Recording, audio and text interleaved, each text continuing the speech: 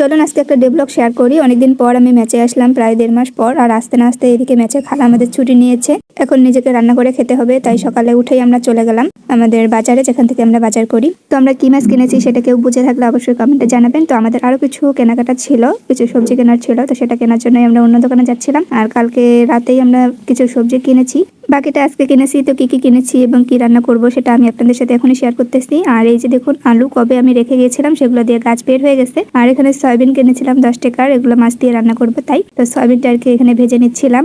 আর এইদিকে মাছের জন্য মশলাটাও বেটে নিচ্ছিলাম পাশে। সয়াবিনটা ভাজা হয়ে গেলে তারপর আমি মিষ্টি কুমড়োটা সিদ্ধ করে নিয়েছি, কেননা এদিকে মাছটা ততক্ষণে পরিষ্কার করা হয়নি। সাথে এখানে মরিচগুলো বেছে নিলাম। তো বলতে বলতে এখানে কিন্তু আমার মাছ রেডি চলে আসছে। এর জন্য আমি এখন মাছটা রান্না করে নিব, যার জন্য প্রথমে মশলাগুলো ভালো করে কষিয়ে নিয়েছি। এখানে মশলাগুলো কিন্তু আগেই আমি সবগুলো বেটে তারপর কষিয়ে তারপর মাছটা দিয়েছি। এরপর একটুখানি পানি দিয়ে তারপর এটা ঢাকা দিয়ে রেখেছি। তো পানিটা টানে গেলে এখানে সয়াবিনগুলো দিয়ে তারপর এটা নামিয়ে নিয়েছি। এখন আমি রান্না করবো মিষ্টি কুমড়া। মিষ্টি কুমড়ার জন্য এখানে প্রথমে পেঁয়াজ, মরিচ এবং জিরা এগুলো ভেজে নিয়ে তারপর মিষ্টি কুমড়াটা দিয়েছি। আর পরে কিন্তু চিনি দিয়েছি, মানে আমাদের এদিকে কিন্তু আমরা মিষ্টি কুমড়ার সাথে চিনি খাই। আমাদের দুইজনের জন্য এতটুকু রান্নাই যথেষ্ট। তো বাকি রান্না আমরা কালকে করব। কালকে দেখা হবে আবারও। আল্লাহ হাফেজ।